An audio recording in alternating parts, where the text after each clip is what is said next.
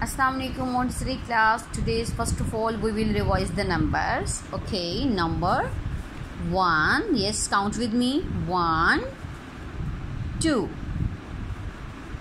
3, 4, 5, 6, 7. Okay, 7. And today we will talk about a new number. This is number 8. This is number 8. It has 2 circles. Okay, can you see the circles? Yes, it has 2 circles. This is number 8. This is number 8. Okay, it comes after 7.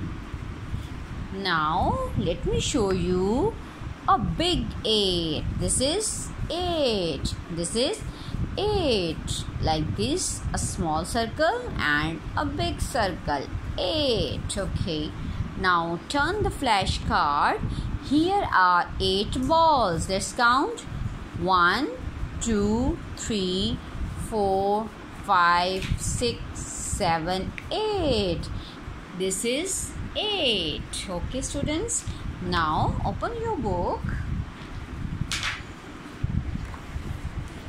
Yes, what is this? This is number 8. This is number 8. Okay, now what is in the picture? Here are beautiful butterflies. Let's count.